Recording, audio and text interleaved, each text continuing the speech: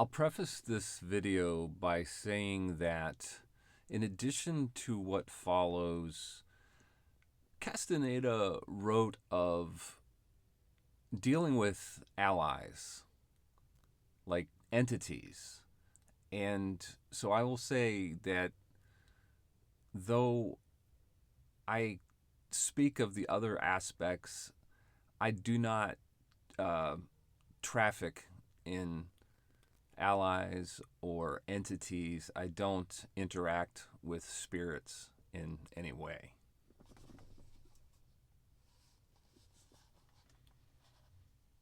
In one of Carlos Castaneda's books, there is a discussion between himself and Don Juan, wherein the latter speaks of the assemblage point and how to shift it.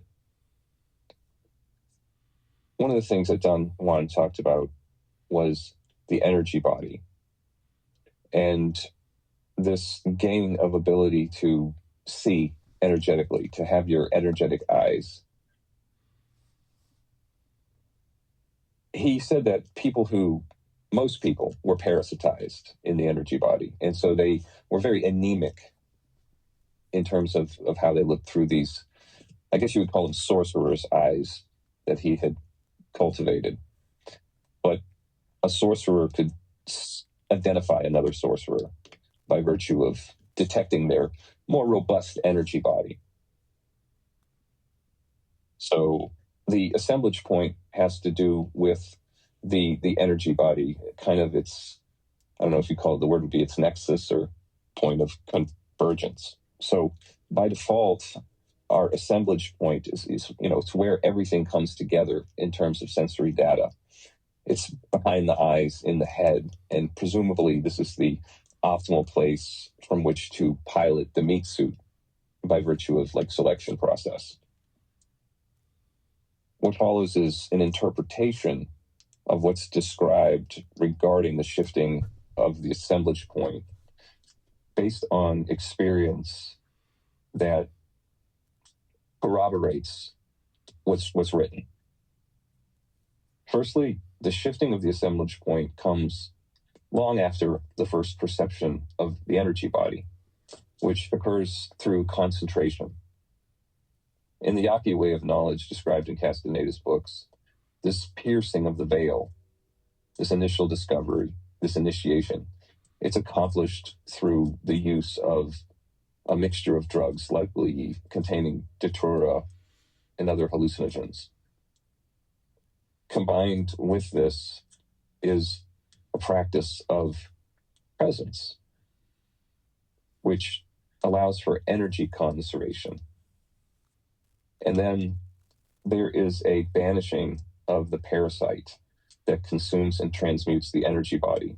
So this thing that poses as you by being a conceptual self, that's observed by the true self, which is innocent and believes everything that's projected to it, that cover has to be blown. It has to be exposed.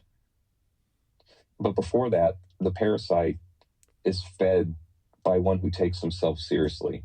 It's best fed by those who take themselves most seriously, which is the hallmark of human unconsciousness, to take oneself seriously. Therefore, we see in these books Don Juan pulling the author out of his seriousness and self-importance, which starves the parasite. The parasite survives on grievance and outrage. That's why you should be wary of anybody who wants to cultivate a grievance in you. A grievance, it is, I've said it before, it's like an account receivable, the carry cost of which is your soul, your energy body. You can't collect on that grievance. It's just something you carry with you, and it's like a straw through which the parasite draws your energy. So a person who cultivates a grievance in you is not your friend, not a friend to your soul. So the destroying of the identification with the one who holds the receivable of the grievance is the way to freedom. Regarding the piercing of the veil, I've heard Terence McKenna say that the use of drugs is necessary, but I don't believe Ramana Maharshi used drugs to become realized, though inadvertent exposure to ethnogens is not unheard of. My experience is that once the veil is pierced, drugs are no longer necessary. Sahaja Samadhi is a persistent state to be heart-centered and energetically awakened throughout the frame, with the flow of energy being upward and not downward. That does not require. In fact, you feel like you're high all the time, but you're not impaired. This piercing of the veil is a matter of freeing up and concentrating energy to a point, to perceive it in a particular place. In my case, it was the center of the forehead, then followed by a burning diadem, and then through the whole head and neck area, and then after an unraveling of the blockages in the throat via the modality of surrender, the energy spread throughout and then stabilized in the heart. And what persists is a blissful column of energy running up the center line and flowing upward. This energy body, though, was not initially stable. There are various meridians running up the midline, but in my experience, the balance point is the spiritual heart. And until the assemblage point is shifted to it, there will be concentrations of energy in meridians that can't handle the entirety of it. And then, of course, for the time that ignorance persists subsequent to the piercing of the veil, then there is a consequence to outrage, to being offended on behalf of the form and conceptual self. It makes for mindfulness in that the reactions are actually stronger. It feels like overload and the frying of circuits. But when the energy body stabilizes in the spiritual heart, when the heart is still, it's like a palpable reflection that feels like love. But that occurs when reality is perceived apart from the lens of conditioning, hence the breaking of identification with it through various means that expose its non-self nature. Once everything is just perceived and not identified with, it doesn't have the power to move the emotions. The happenings of the world just move by like weather. We don't control it, and our exposure to it is discretionary with the shelter of the heart and knowledge that what we are is what perceives but is not perceivable, and as such, we cannot be a party to any of the phenomena. It may as well be like weather.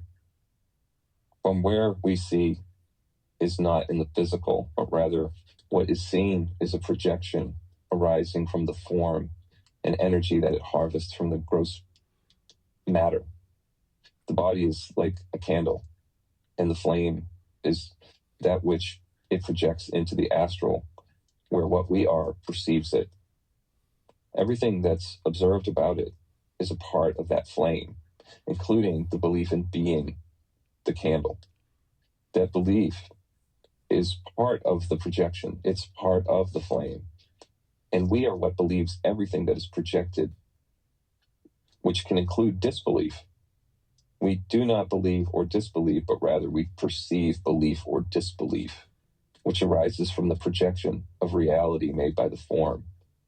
The form is just like a generator that produces the reality that's perceived by this perceiving, non-perceivable thing we are. It's like a hybrid vehicle where the engine's not even attached to the drivetrain. It's just a generator. But we, in ignorance, take that generator to be a part of the drivetrain, when in fact it's just dependently originated, moving at the behest of divine will.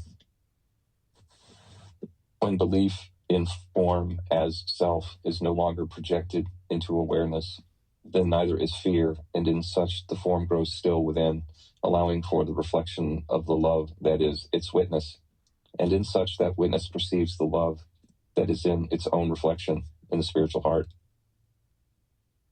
That's all for now.